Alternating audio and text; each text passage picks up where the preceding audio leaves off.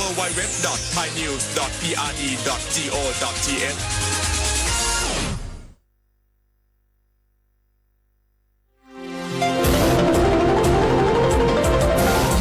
วิทยุแห่งประเทศไทย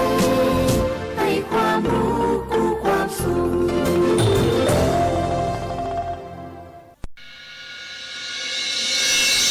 สถานีวิทยุกระจายเสียงแห่งประเทศไทยจังหวัดเชียงใหม่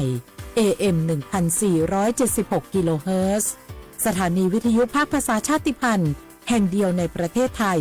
ที่มีความทันสมัยเชื่อถือได้สร้างอัตลักษณ์กลุ่มชาติพันธุ์สู่สากล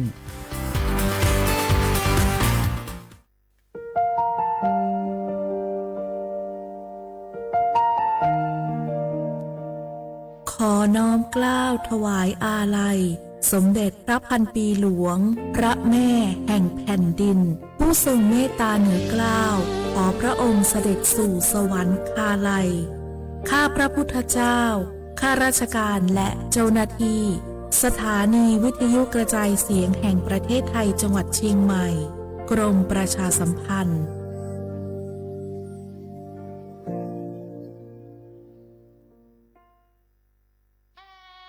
คืน11 มิถุนาฟ้าร่ำไห้ประชาไทยวิปโยคโศกทวินกราบพระบาทอำลาน้ำตารินน้อมใจจินรำลึกพระกรุณาธิคุณน้อมสำนึกในพระกรุณาธิคุณข้าพระพุทธเจ้าคณะผู้บริหารข้าราชการและเจ้าหน้าที่สถานีวิทยุกระจายเสียงแห่งประเทศไทยกรมประชาสัมพันธ์พระบารมีปกเกล้าเพื่อปวงชนชาวไทยจากพระราชกรณียกิจนานับประการที่พระบาทสมเด็จพระเจ้าอยู่หัวและพระบรมวงศานุวงศ์ทรงทุ่มเทพระวรกายทรงงานอย่างไม่เหน็ดเหนื่อยเพื่อประโยชน์สุขของประสบนิกรจากโครงการหลวงสู่การพัฒนาแหล่งน้ำส่งเสริมการศึกษาและด้านสาธารณสุขที่มุ่งเน้นการพึ่งพาตนเองและการพัฒนาอย่างยั่งยืนทุกย่างพระบาทคือการทรงงานทุกพระราชดำริคือพลังแห่งการพัฒนาเพราะประชาชนคือหัวใจของแผ่นดินร่วมเสริมสร้างความรักในสถาบันหลักของชาติโดยสำนักงานประชาสัมพันธ์ที่ 3 กรมประชาสัมพันธ์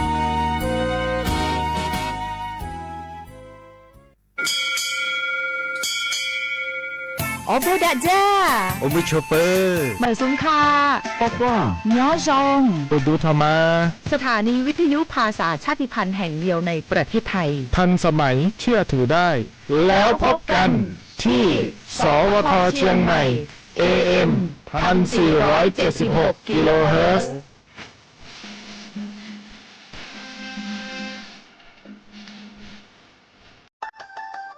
สปสช.ชวนคนไทยทุกคนทั่วประเทศใช้แอปเป๋าตังค์เช็คสิทธิประโยชน์รับบริการป้องกันโรคตามกลุ่มวัยเพื่อลดความเสี่ยงการเจ็บป่วยโดยเลือกเมนูกระเป๋าสุขภาพเลือกสิทธิสุขภาพดีป้องกันโรคสามารถจองคิวพร้อมนัดวันและเวลาเข้ารับบริการได้ฟรีสะดวกรวดเร็วสอบถามเพิ่มเติมสายด่วนสปสช1330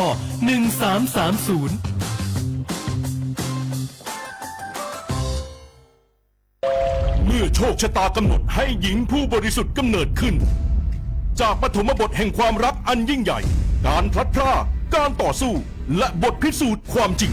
ร่วมสัมผัสเรื่องราวแห่งความรักความเสียสละและการแสดงอันวิจิตรงดงามของมหากาพย์รามเกียรติ์ในการแสดงโขนมูลนิธิส่งเสริมศิลปาชีพตอนสีดาในวันที่ 5 พฤศจิกายนถึง 10 ธันวาคมนี้ณศูนย์วัฒนธรรมแห่งประเทศไทยเปิดจองบัตรแล้ววันนี้ที่ไทยทิกเก็ตเมเจอร์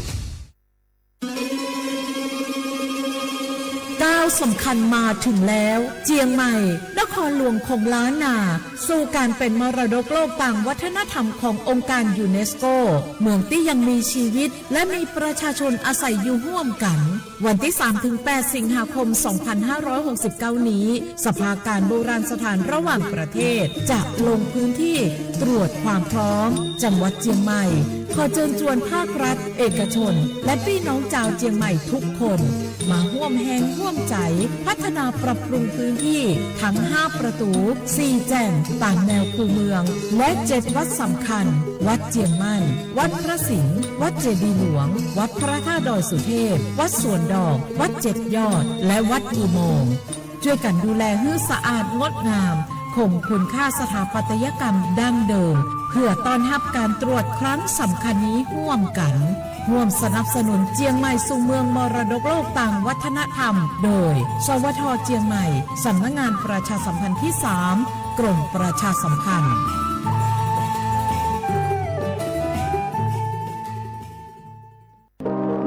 ร่วมเป็นเจ้าภาพงานระดับโลกจัดขึ้นในประเทศไทยการประชุมสภาผู้ว่าการกองทุนการเงินระหว่างประเทศและกลุ่มธนาคารโลก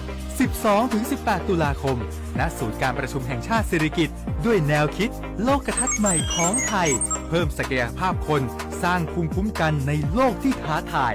มาร่วมเป็นส่วนหนึ่งของการประชุมครั้งประวัติศาสตร์เพื่อปรับตัวสู่อนาคตร่วมกันอย่างมั่นคงช่วงนี้ได้ยินคนบ่นกันเยอะเลยนะเรื่องความไม่โปร่งใสเนี่ยใช่แต่รู้ไหมล่ะว่าจริงๆแล้วพวกเราช่วยกันได้นะทำยังไงหรอเดี๋ยวนี้มีช่องทางร้องเรียนที่เข้าถึงง่ายแจ้งเบาะแสได้สะดวกมากอย่างสายด่วนปปช1205อ๋อแบบนี้ทุกคนก็มีส่วนทำให้บ้านเราดีขึ้นได้จริงๆแน่นอนการต่อต้านทุจริตจะสำเร็จได้ก็เพราะคนอย่างเราร่วมมือกันสำนักงานประชาสัมพันธ์ที่3กรมประชาสัมพันธ์สถานีวิทยุกระจายเสียงแห่งประเทศไทยจังหวัดเชียงใหม่กรมประชาสัมพันธ์ประกาศรับสมัครบุคคลเป็นลูกจ้างเหมาบริการตำแหน่งพนักงานกระจายเสียงภาษาเมียนจำนวน1อัตราเพื่อเป็นตัวแทนนำข่าวสารร่วมพัฒนาคุณภาพชีวิตชาวเมียนและเผยแพร่วัฒนธรรมท้องถิ่นให้เป็นที่รู้จักผู้สนใจยื่นใบสมัครด้วยตนเองได้ที่งานธุรการสถานีวิทยุกระจายเสียงแห่งประเทศไทยจังหวัดเชียงใหม่ตำบลช้างคลานอำเภอเมืองจังหวัดเชียงใหม่ตั้งแต่บัดนี้เป็นต้นไปสอบถามข้อมูลเพิ่มเติมได้ที่053-276-068ในวันและเวลาราชการมังลิวเอาเก่งเฮาก็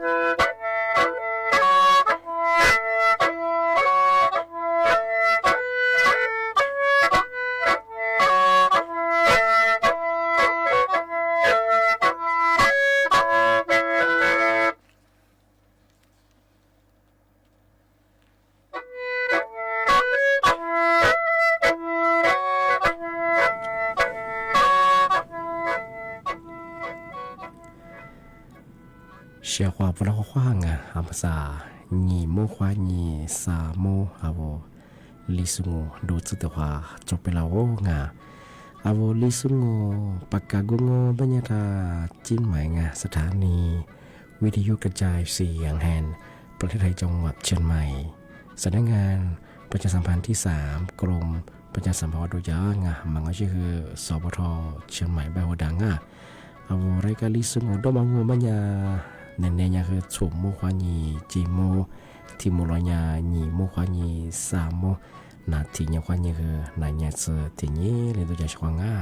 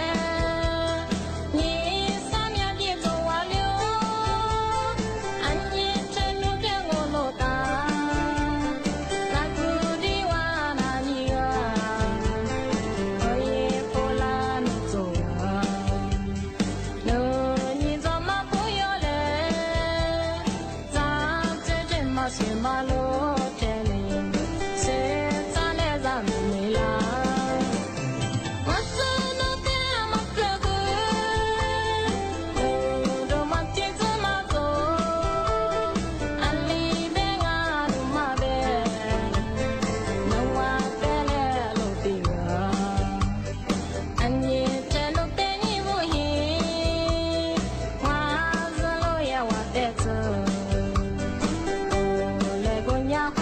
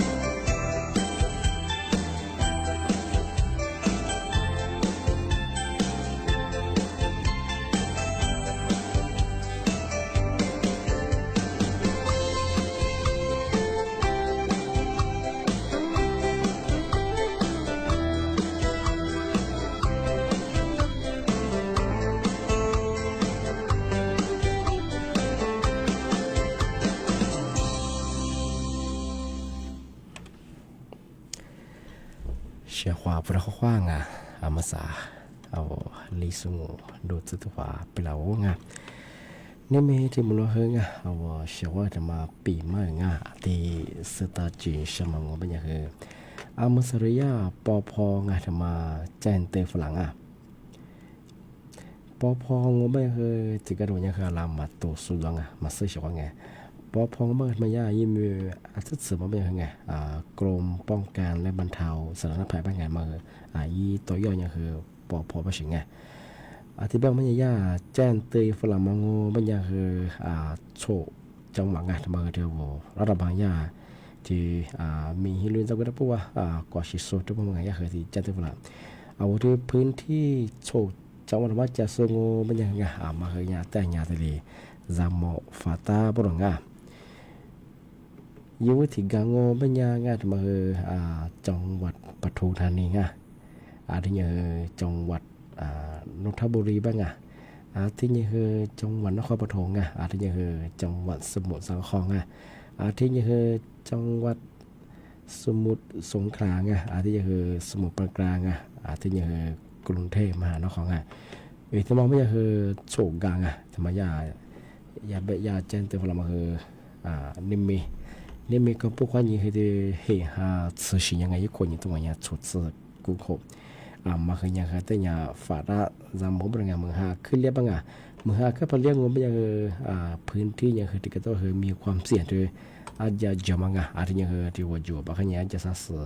จีรามั้งที่ว่าว่าที่นั่นที่เลยถ้าพวกจะส่งเป็นยังไงยิ่งเคยมีจะส่งคือที่นี่มีก็พวกคนยังซื้อสิ่งนี้บางคือว่ายิ่งคลื่นทะเลมาคืออะไรนี่ไม่ค่อยยังคือสามเมตรถึงมั้งบางบ้างว่าโดยจะพูดจะส่งว่าความจะส่งบางกับเบบก็ส่งคือมาคือถัดจีบางมาคือมีเราหาขึ้นอยู่บางคืออันตรายบริงานที่บางย่าหกจังหวัดที่ว่าจะสบายมาแต่ฝาราชวังที่ยังไงที่มาแต่ชมบางคือบางย่ากรมสำนักงานอุตุนิยมวิทยางานมาพันหนึ่งอย่างมาสับมามาหาเรื่องมาอย่าง70%ของพื้นที่ไม่ใช่ไงแบบเช่นมาเมื่อไงพันเมื่อ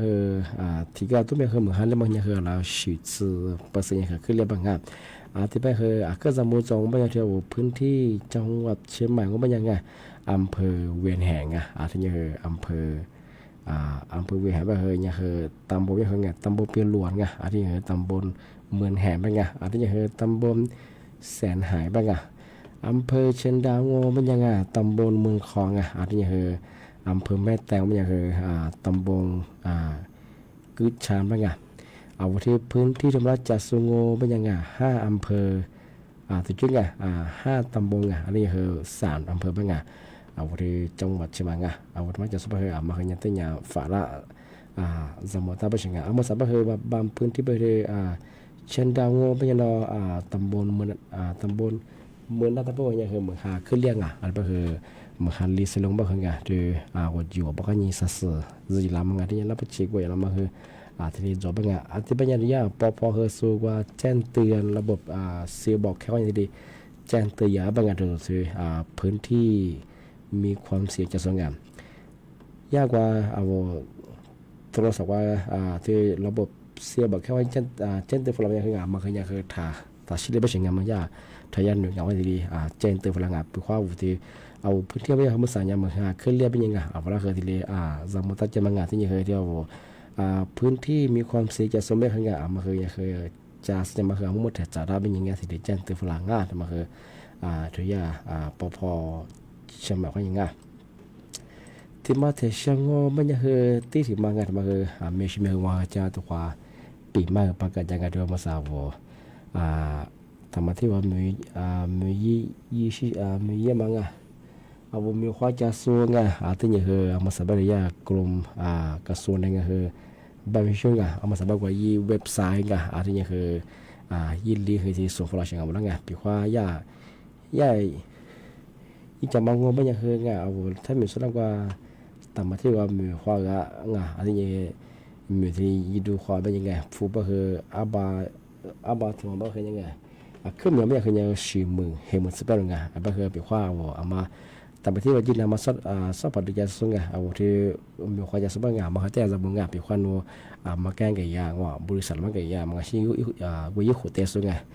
ในหน้าที่ผมไงเอาเมื่อสังโง่ไม่ยังคือกลุ่มมิชาจิตวิทยาบริษัทที่ปอชานี่คือเวลาที่วอลายังไงแต่ประเทศเยอรมันที่นี่เป็นยังคือถูกคนละมันคือจวงเป็นยังเฉพาะมันคือก็จะมุ่งจวงมันสัญญาคือเรียฟิบูยิปเพจมาใช้ยังไงบริษัทจัดหางานที่ระหว่างประเทศไงอย่างยี่ระบางมันยังคือกว่าสูยูบูไงแต่ละยังกว่าฟิบูที่ดีโลดมันไงมันคือยากกว่าต่างประเทศยิสุเป็นยังกว่าลัทโชยิสุเป็นยังคือที่โลดงานที่ยังคือย่ามียิ่งกูไม่ใช่คือต่างประเทศไม่ใช่คือเกาหลีที่กลางที่นี่คืออิสราเอลที่กลางที่นี่คือไต้หวันที่กลางที่นี่คือออสเตรเลียที่กลางอันนี้การจงงานไม่ยากที่กว่ายิ่งตัวใหญ่ยิ่งได้เฉยไงที่ไม่ใช่ช่วงปีข้อนู้มาจิกแทงยิ่งข้อมูลซึ่งกับกูยิ่งกับเช่นมาสับเบอร์ที่บริษัทญี่ปุ่นคือมียุคโคเตสุคือเวลาเกิดสุขมอย่างอันนี้ไม่ยากกระทรวงแรงคือแต่มาที่ตีฝรั่งมาว่าที่แต่ประเทศจีนมาสปอร์ตเราไม่ยังไงมีความจะสุคือมาแต่กับกูยิ่งกับเช่นบางงานมันยากคือมาสับเบอร์ที่ว่าภาคอีสานบัวคือไงสุดูหล่อยสุไงสุยสุเกิดสุคือขึ้นหยาบลงไงมาสับเบอร์สุแจ้งความสุเป็นอย่างคือมีชื่อลิวงานมาคือไม่ถึงมังงะอันนี้เป็นถ้ามีส่วนอะไรไงเล็กกิจไม่ใช่ไงลิสุไงมาอะไรตัวมีเยอะไงมาแก่ไก่ยามันก็เชื่อบริษัทมันก็ไก่ไปคือวิข้อมูลสุกับคุณยังไงทำไมถึงมาปีมากเจ้าตัวอย่างที่เป็นยังไงเชื่อว่าไงทำไมถึงเชื่อคือนั่นแหละคือมึงว่าที่ว่าเงินนั่งไงทำไมก็เชื่อว่าเชื่อว่าเอาแต่ยาบ้านที่จะส่งไงมึงว่าเดี๋ยวฝรั่งนั่งยังเชื่อว่าไง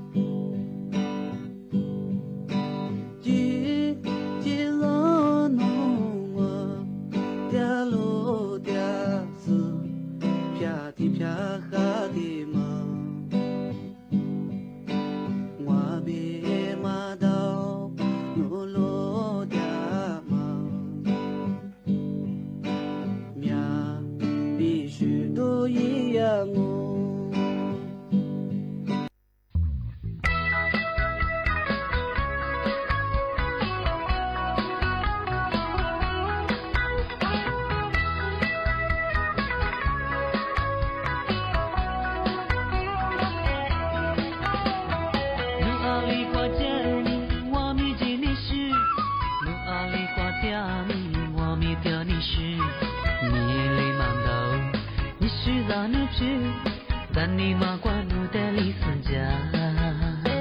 努皮肉的嘞就在孙家喽，努皮肉的嘞就在你关喽，一木忙喽，我就在沙喽，让你妈瓜努的里孙家，是在这浪啊米你是么的嘞，也是苦难光的就在个冷漠，哥哥起努的我就在你妈妈。你是么了？你花起掉了。努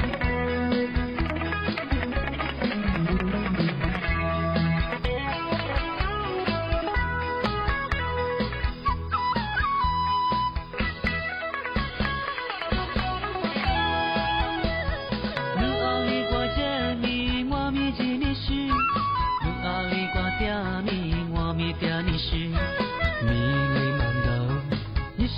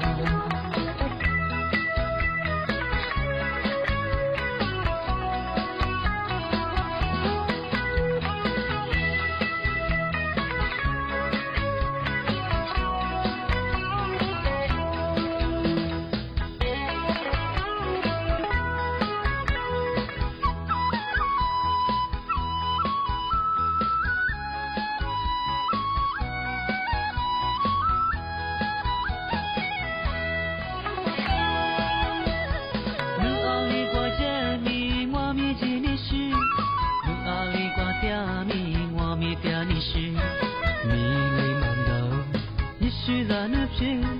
咱你妈瓜努的里孙家，努皮肉的嘞就在孙家喽，努皮肉的嘞就在你关喽，一木忙喽，我就在沙喽，让你妈瓜努的里孙家，阿特提斯瓜米你是么的嘞，也是苦内瓜米就在个冷漠。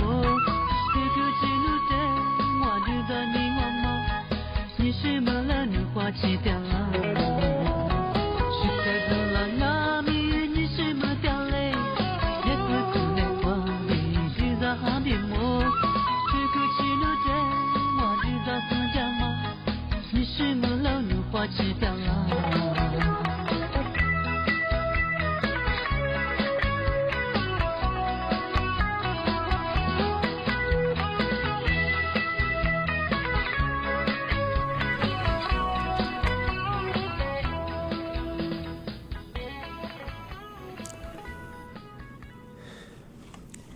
tí nhí ngà thì mà thì sẽ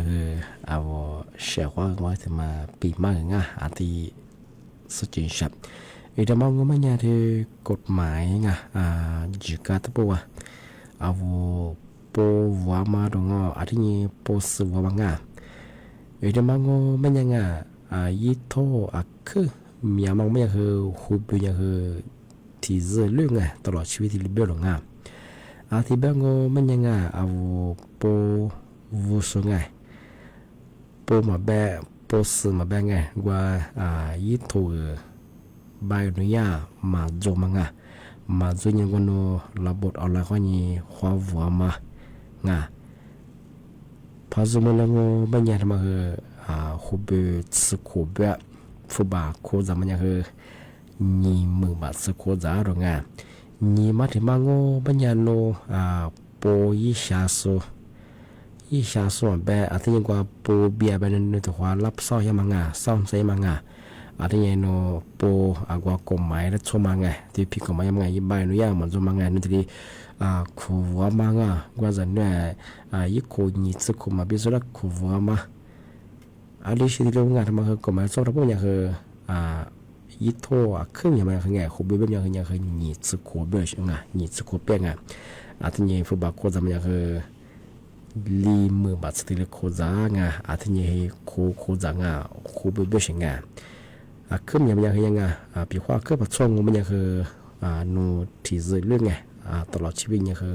โคเบื่อที่เรียกว่าบริงเมื่อสังว่ามันยังวิ่งข่าวขึ้นถึงยังเป็นยังโปรแต่ละยี่สุดกับฟูยังมั้งสุดแล้วพอใจว่าโปรแต่ยังกว่าส่วนมีวันยี่ฟู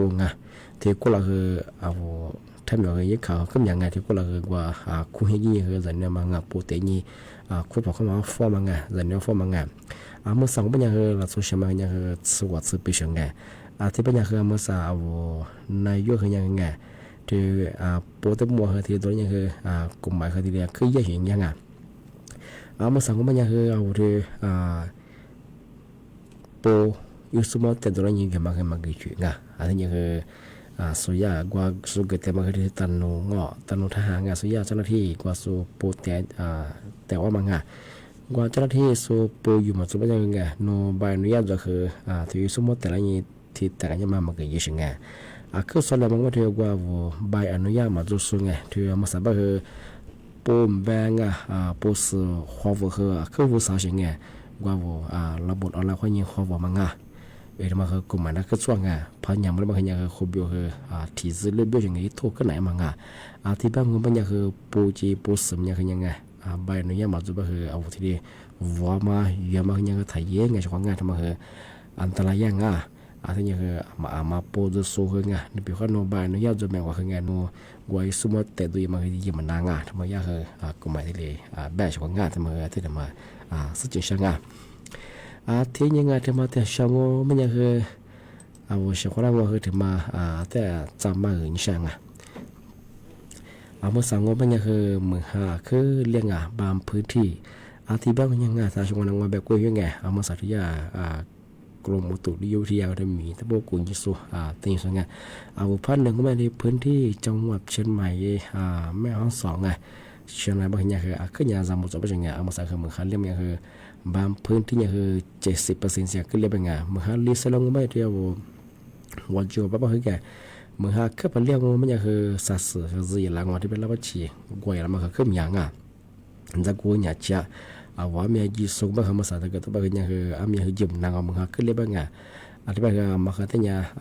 จำมองกันที่ว่าอาจจะเลือกคุยเคยจะสู้ว่าจูบ้าจะสู้ลิสุกมันเนี่ยที่ว่าจูบ้าจะมันคือขึ้นอย่างเราหิชามันแบบเมื่อหาขึ้นไปเรียบมหานิเทนิสลิงว่าจุ่มพลีมังไงเหี้ยสู้พลีบ่มักญาเทแต่ฝาลาบ่ชิงจะมหาลิสบ่นว่าจูบ่คันยิสัสคือที่ลิซิลาบ่งานลาบ่ชิมกวยยมังอันตรายชิงที่เป็นยาที่ปอพอใช่มั้ยคือส่วนนี้ว่าแจ้งเตือนว่าเสียบอกแค่ว่าที่แจ้งเตือนบ่ชิงยาแจ้งเตือนพลังมันบ่คือปีควานูพื้นที่กุมาละจังบ่คือเอามาสัญญากุมาละยังไงมึงหาขึ้นเลยบ่สัญญาว่าอีข้อความที่แจ้งเตือนอย่างอันนี้ก็เป็นข้อโน้ตสอบพัฒน์ก็คือตัดสินได้เป็นยังไงบางอย่างที่เจ้าตัวฝรั่งเอาที่ข้อความมาพามุไม่ยังไงมาคือจำมุตาเป็นยังไงว่าจะสุดจำมาคือมุ่งมั่นที่จะแทนจะได้งอเป็นข้อมึงคือเป็นเรื่องว่าคือมีเฉลี่ยจำแล้วเป็นยังไงยังคือที่มาที่เจ้าตัวฝรั่งอันนี้เป็นมาคือจำมึงที่นี่ที่ยาแบบมาคือสื่อนี้ความนี้คือสื่อสิ่งนี้เป็นยังไงอะไรพื้นที่ยังคือมึงขึ้นเรียกมาที่จอบบ้างว่าคือดูสูมาเรียนตัวยังแต่ที่ข้อมูลกับกูยังไงเช่นหลูชิสบคือตัดแต่เนี่ยชิสคนมึงนี่จะคือหลูชิมันแสดงคือมาข้างจะจะกูจะเรียกคืออันตรายยังที่มาปีมากแต่จังเลยยังที่มาที่ช่างมันยังไงกระทรวงสาธารณสุขที่เนี่ยถือกรมอนามัยที่มาประชาสัมพันธ์ฝรั่งมาสั่งมันยังที่ช่วงฤดูฝนมันยังไงมันฮัลโหลจะมามาสับเดือค่ายเลือดออกไงเหนือสุขขึ้นยามีบุรุษที่บ้านไม่อยากใช้ความมาก็เดี๋ยวมาจานเงี้ยที่ยังไงว่ามาก็เดี๋ยวมากว่าชิงเปียกว่าก็เดี๋ยวมาขึ้นหนังมันยังไงในสมัยมันจะมาเขาเรียกว่าดูนะยิ่งจะมีคนน่าชินจะมีบ้างไงต ถ้าชิฟูดาบงานมีกว่าคุยยี่คือกับกุยกับตัวเองงานสับอยู่ว่าใครเลือกก็คือไม่ทีเดียวว่าชาจงงานเอามาสับคือถึงมันลิซคือใครเลือกหนูสุบัญญาคืออันนี้ยังคือยาสดสุภาษิตริมยาบุดงามันยังคือเจนเตฟลังงาหัวก็คือมหาลิซงามันก็เดียวมันก็ชื่อสักคนตั้งเขาบ้างงาจุดปวดจะมีความจ้างที่ยาวันนี้ก็เลยกันจะว่ามหาลิกันยังงอมันยังสืบฝึกว่าแก้ความรงงามหาจะอาจจะตีละมาคือสิ่งที่พวกก็บ้างงาอาจจะจุดบ้างคือเหตุมาล้างนี้ฟุกก็บ้างจะเปิดแล้วจะเปรี้ยวขึ้นอย่างงาอะไรบ้างเอาแล้วขุดละมาคือจากขุดใส่บ้างงอใครเลือกขึ้นหน้าบ้างงาที่บ้างคือมหาลิซบงามาที่เนี่ยจำมองที่เนี่ยวันนี้ก็เลยกันจะคือกว่าเสียจะกงที่เนี่ยคือสักคนที่มีแต่ว่าจะผูกคอจ้วงนัดแต่ในมีคือตัวเดียวคือคอจืดจะกงที่มาคือมาแต่ปีมางที่บ้านก็ไม่ยังนี่มีนะปีมาคือที่เรียนจงเอาหัวชกดาที่สู้นั่นนะสู้ได้คือมึงที่บ้านคือสั้นเนี่ยเนี่ยถูกมือขวานี่คือเจ้ามั่วที่ขวามือหลังขวางานนี่มีบ้านคือยี่มือขวายี่สามมือยี่เวลาคือละลีได้ชัดใสเดียวไงแล้วเบอร์นั้นคือเอาลิซูซูเบอร์ที่เลยพูดอย่างเอาชิคกี้พายคือบุ้งงาข้อควาสวัสดีครับ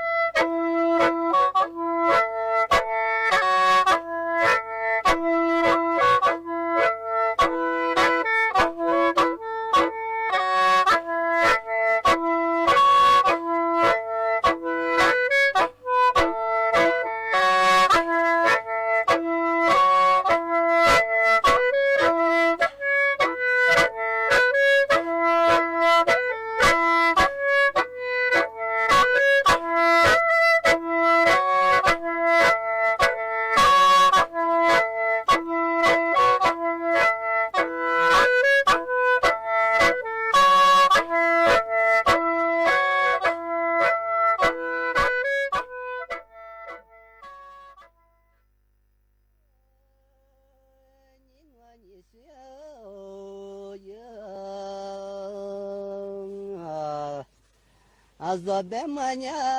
teteshajau itimya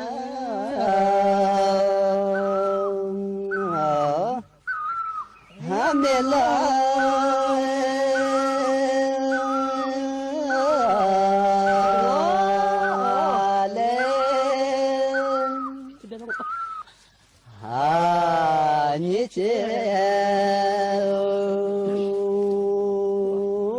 Temi awala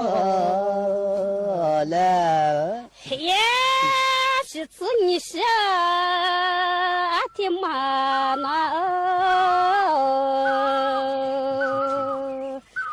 zabe izaka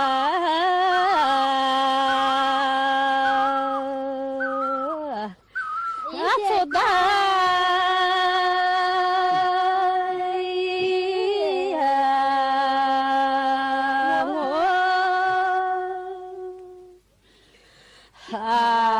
Zadia Zaza Tudamu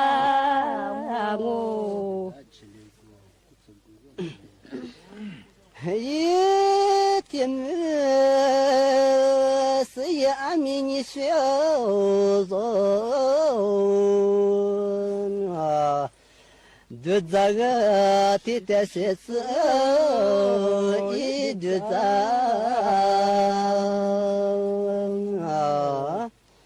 啊是人。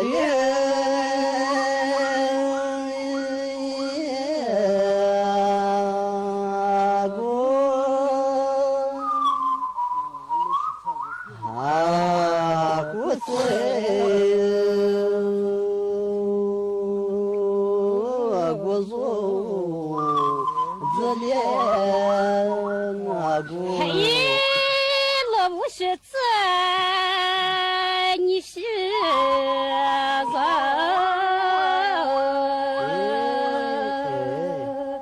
我你是的，你是这一副表。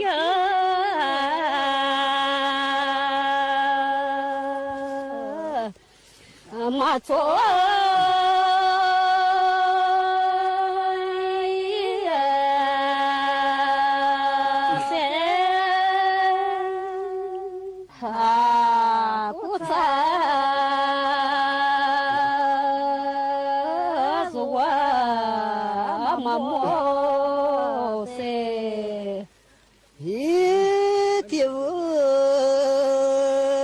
别马达几件一小人啊，马鞍那你是马莫一撒家